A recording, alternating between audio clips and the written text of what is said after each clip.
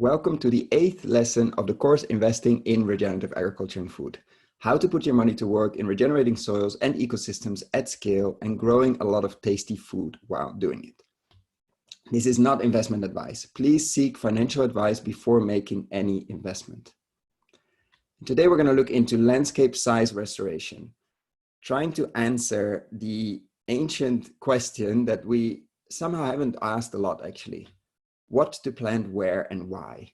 We've answered, or we looked at that question a lot on a farm level. So we've looked at, okay, I'm managing this 50 acres, 2 acres, 50,000 acres, etc. farm. And I'm trying to figure out what's the best way, what's the best places to plant certain trees, what's the best way, where to let animals walk, etc., etc. But what is needed to take this regenerative agriculture mindset to look at a farm level, to a watershed, to a regional, to an ecosystem level?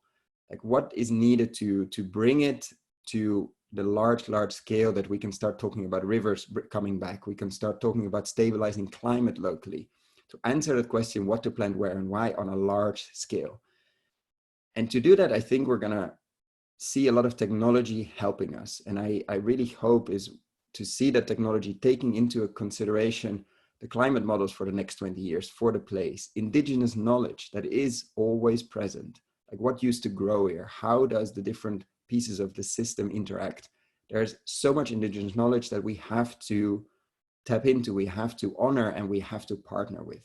What are the market circumstances that are changing? Are chestnuts coming back in the US? Plant proteins, like what do we need in these models? We need to look at that as well. And much more. I mean, there's a lot of satellite data coming. There's so much information, but we haven't really boiled it down to answer that question. What should I plant where and why? And I think it's the most fundamental question in ag. We're all saying we should plant more trees and agriculture systems, agroforestry is going to be the future. But once you've planted a tree, it's going to be there for 10, 15, 20, 35, sometimes 50, 100, if it's an olive tree, even a few hundred years.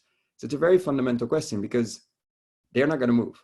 Animals are relatively easy moving and annuals as well. But as soon as you talk about perennials, which are a fundamental part of regenerative agriculture, we need to ask this question before. What will grow well over the next 20, 30 years on a watershed ecosystem level?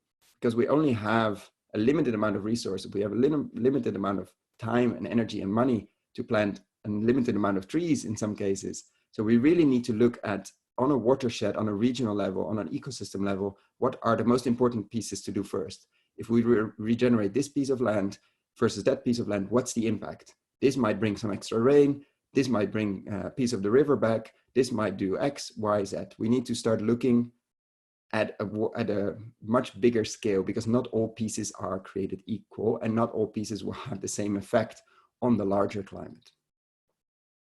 So if we look at the framework we've been using to pick the most impactful themes, let's see how landscape size restoration fits. So we've been looking at the ITN, importance, tractability, and neglectedness, and we've been looking at leverage points, and we've been trying to answer the question, why now? If this is all new to you, we briefly touch upon it, but we have recorded a video specifically on this framework. So find the link below. So if we look at the ITN, which is importance, scale, tractability, solvability, and neglectedness, basically how important is this problem?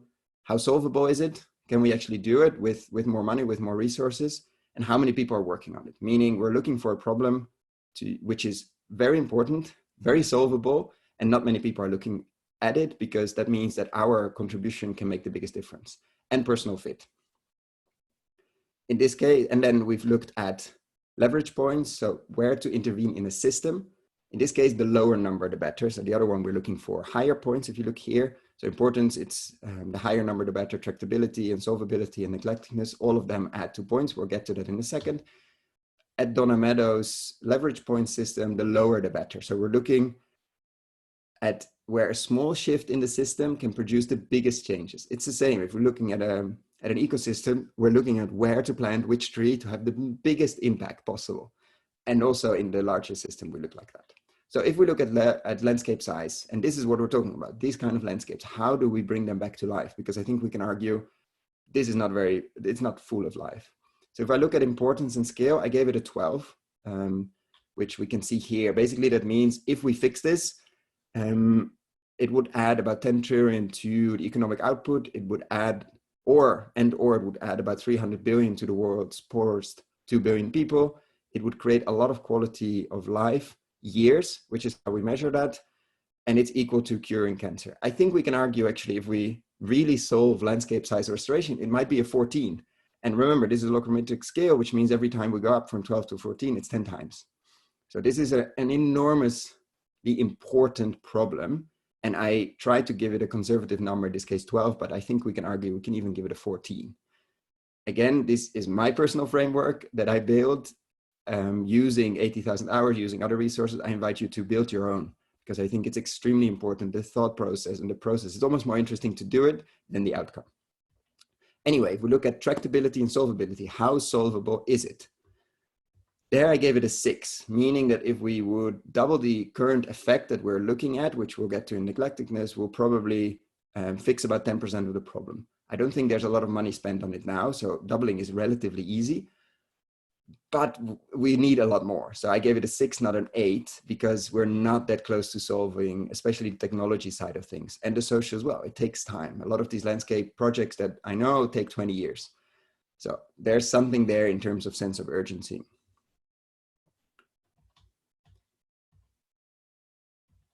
And then if we look at neglectedness, I gave it a 10, which basically means that I think there's about 1 million a year spent on this problem and about 10 full-time staff.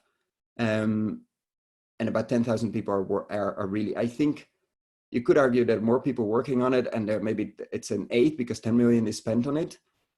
But if you really look at the intersection between landscape size restoration and technology, there are very, very few people working on that. There are a lot of people working on the social side, how to get a landscape, how to get an ecosystem to work together to regenerate. There are very few looking at the fundamental underlying question, what to plant, where, and why. I think we need both. We need the social part because we need a landscape to be ready to change, but we also need the technology part to scale up and speed up a lot of these processes. That's why I gave it a 10 and not, for example, an 8.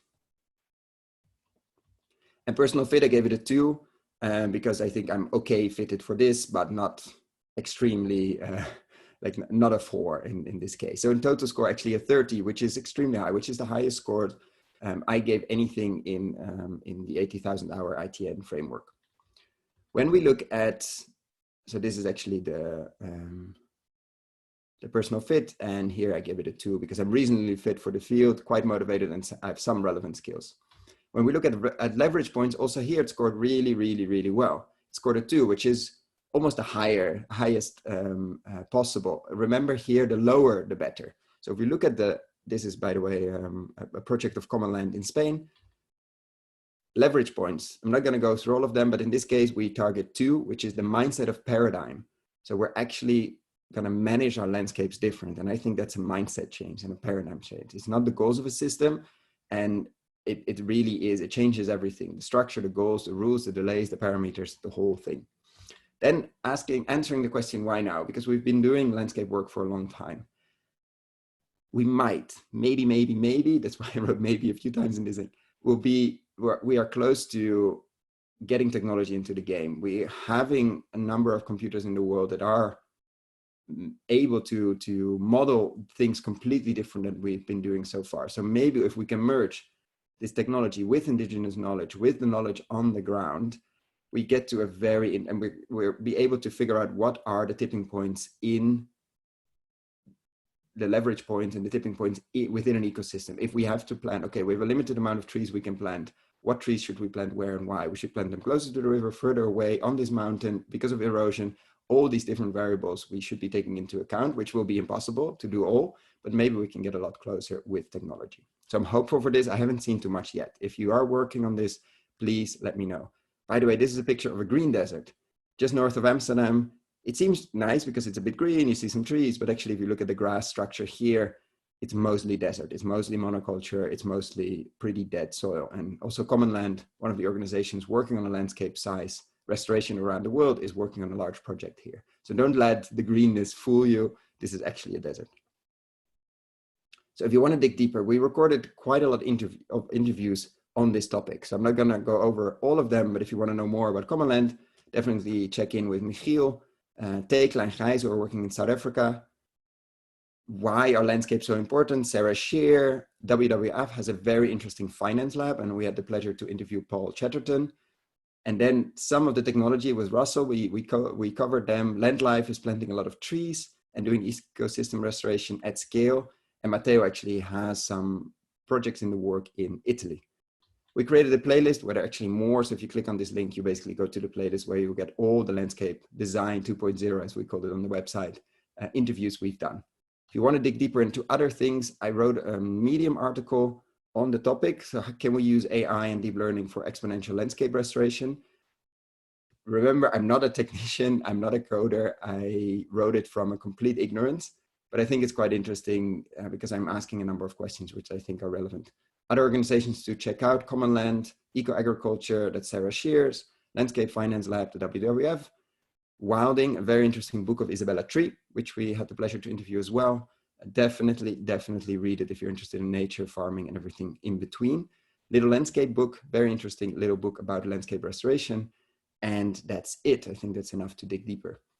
So thank you for listening. Thank you for watching. Please let me know the feedback below in the comments, or reach out through the website or through Twitter. And remember, pay what you think it's worth if you have the means. What's up next? We're going to look at payment systems for farmers for ecosystem services, meaning how do we pay for water, storage, carbon removal, biodiversity increase, etc. We're going to look at a number of marketplaces. So I hope to see you there.